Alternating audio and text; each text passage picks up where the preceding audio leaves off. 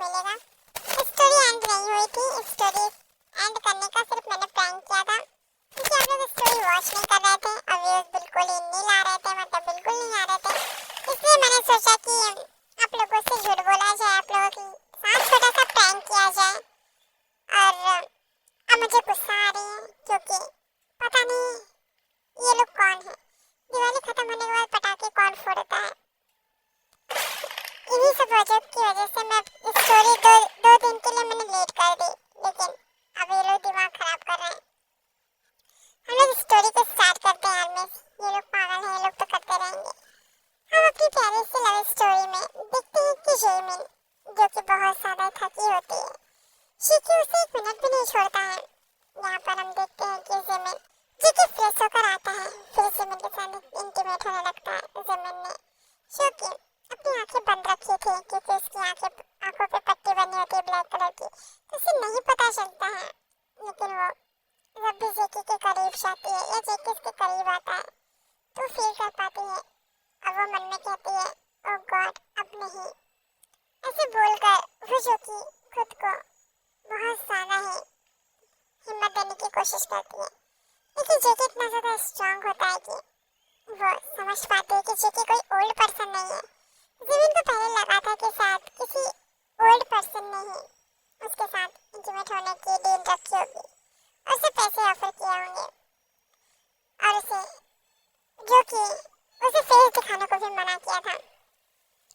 लेकिन जब जेमिन उसके करीब जाती है, उसे फील करती है, तब उसे पता चलता है कि ये बहुत ज़्यादा स्ट्रॉन्ग पर्सन है क्योंकि जेमिन हमारी नन्ही सी छोटी सी गुड़िया और देखिए उसे हर रोज हर रात में 2-3 बार उसके साथ इंटीमेट हो ही जाता है। जेमिन की हालत खराब हो रही थी कि डॉक्टर ने उसे साफ मना किया होता है कि वो अपने हस्बैंड से थोड़ा दूरी बना कर रखे। एक तरीके से बार बार इंटीमेट होने से उसको प्रॉब्लम हो सकती है। यहाँ हम देखते हैं कि जब डॉक्टर उसे बताती है, ये कि जब घर आता है तो जेमिन की आंखों पे पट्टी बंधी होती है और वो उससे पूछता है कि सुबह डॉक्टर ने उसे क्या क्या क्या बताया, तो सारी बातें बताती है। तभी गुस्से से कहता है डॉक्टर ने तुम्हें क्या दिया था, क्या तुमने उसे अप्लाई किया। अब जेमिन शॉक हो जाती है क्योंकि उसने सच में उस दवा को लगाया ही नहीं, वो यहीं भूल गई थी और ऐसे ही काम पर चली गई थी। लेकिन काम पर जाने के बाद इतना सारा बवाल हो जाता है और उसे बचाने जेकी ही आता है। जेकी जेमिन के पीछे अपने सीक्रेट एजेंट छोड़ता है जो उसे हर वक्त देखते हैं, हर पल पल की खबर जेकी तक पहुंचती है। कोई भी जेमिन के साथ गलत करेगा तो जेकी उसे पनिश करता है। इसी तरीके से अब जेकी उसकी केयर करने लगा था और ये सब लीसा देख रही थी। लीसा शॉकिंग फेस के साथ कहती है अपने मन में बॉस ऐसे कैसे कर सकते हैं, बॉस तो ऐसे नहीं थे, उन्हें तो किसी से भी कोई फर्क नहीं पड़ता था, लेकिन क्या बॉस उसकी केयर कर रहे हैं, ऐसे वो मन में कहती है। लेकिन पीछे से कोई उसकी हक कर लेता है, उसका प्यारा सा इन्हो जो कि उसके नेक पर किस दे रहा था। लीसा भी कुछ नहीं कहती है और वो चुपचाप उसे फेल करती है। ऐसे इन्हें ही किस देते देते उसे वॉल की साइड पुश करता है और बहुत ज़्यादा ही उसे किस करने लगता है। लीसा मौन करने लगती है। अब यूनो धीरे धीरे एक्साइटेड होने लगता है और वो लीसा को एक कमरे में लेकर जाता है। लीसा से मना करती है क्योंकि उसके बॉस कभी भी आ सकते हैं। ऐसे में लीसा जो कि उसे बिल्कुल भी ये सब करने नहीं देना चाहती है, लेकिन अब क्या ही हो सकता है, कुछ भी नहीं। यूनो जो कि आगे बढ़ चुका था, वो लीसा के साथ इंटीमेट हो रहा था। लीसा जो कि सिर्फ और सिर्फ मौन करने के अलावा कोई भी चीज़ नहीं कर सकती थी।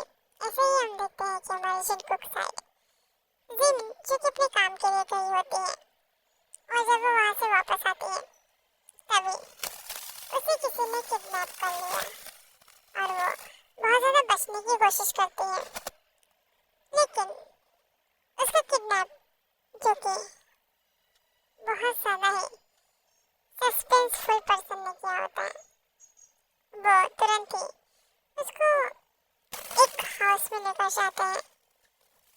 जब जेमिन को एहसास होता है कि वो कहाँ है तो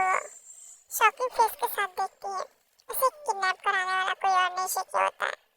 चीकू उसे साफ तौर पे भी बोल सकता था, लेकिन उसके कुछ नखरे ही अलग है। कार में जब शिमिन उसके साथ बैठी होती तो जेकी उसे जगह जगह टच कर रहा था।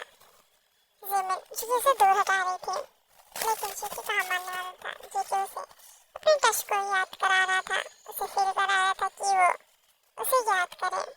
इसी तरीके से कार में वो जिमिन के साथ इंटीमेट हो जाता है, लेकिन वो थोड़ा सा अनजान होती है जिमिन कैसे कहाँ लेकर जा रहा है। उसके मन में थोड़ा सा डर होता है।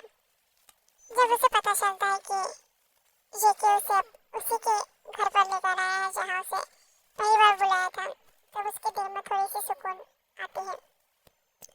इसी तरीके से वो दिन बीतते जा रहे थे। अब हम देखते हैं कि जेके की एंगेजमेंट की डेट नजदीक आ रही थी। अब सभी शॉपिंग पे जाने का प्लान बनाते हैं।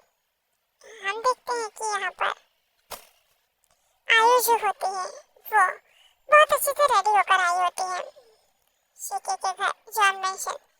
शिकी की मासी जो कि उसे देखकर खुश हो जाती है और आयु भी उन्हें गले लगाती है। आयु बहुत ज्यादा ही प्यार से जेकी की मासी से बात करती है।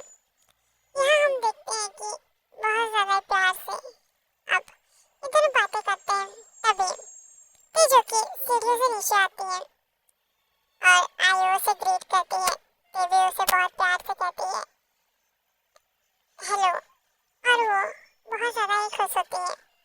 आयु के साथ जो कि ती शॉपिंग पे जाना चाहते थे, तो ये दोनों ही शॉपिंग के लिए जाने वाले थे, उसके साथ ही मासी। लेकिन ती को कोई काम आ जाता है तो अपने ऑफिस चली जाती है। ऑफिस में वो पूरा टाइम काम कर रही थी, तभी केविन खुलता है और वहाँ पर योंगी मतलब सुगा एंटर करता है। सुगा जब एंटर करता है तो देखता है कि उसकी प्रिंसेस काम कर रही है। तभी ती की भड़कती हुई आवाज आती है गेट आउट, तुम जाओ यहाँ से। अब सुगा उसकी बात कहाँ मानने वाला था। तुरंत ही वो उसके पास जाता है और उसे बहुत ही फोर्सफुली किस करने लगता है, उसके लिप्स पर बाइट करने लगता है। ऐसे ही अब सिचुएशन बिगड़ने लगी थी, क्योंकि सुबह उसे पनिश कर रहा था। जिस तरीके से वो अपने फ्रेंड के साथ चिपक रही थी, उसकी पनिशमेंट मिल रही थी।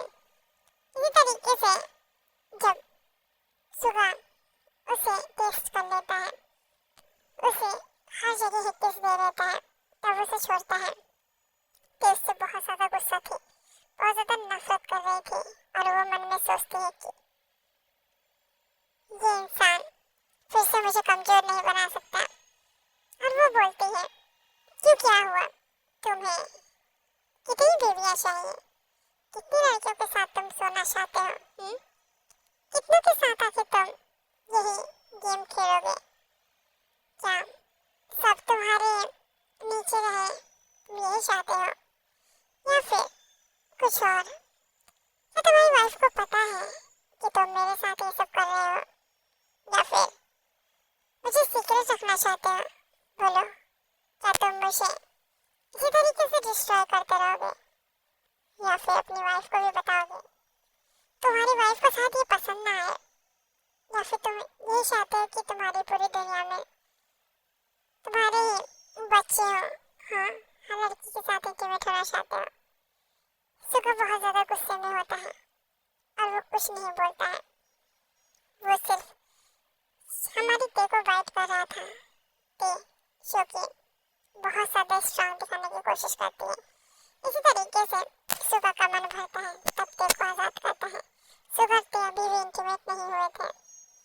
यहाँ हम देखते हैं कि अब एंगेजमेंट की शॉपिंग करने के लिए आयु और जेकी की माँ से ही गए होते हैं, क्योंकि टे को तो काम था। इसी तरीके से मॉल में बहुत ही अच्छे अच्छे ड्रेसेस हमारी आयु ने सिलेक्ट किया था, उसे पहनकर देखना चाहती थी, लेकिन वो देख नहीं पाती है क्योंकि ड्रेसेस बहुत ज्यादा होती हैं और वो थक भी जाती। मासी ने कहा सारे ड्रेसेस रख लो, घर पर जाकर ट्राई करके जो पसंद आए उसे लेकर बाकी वापस कर देना।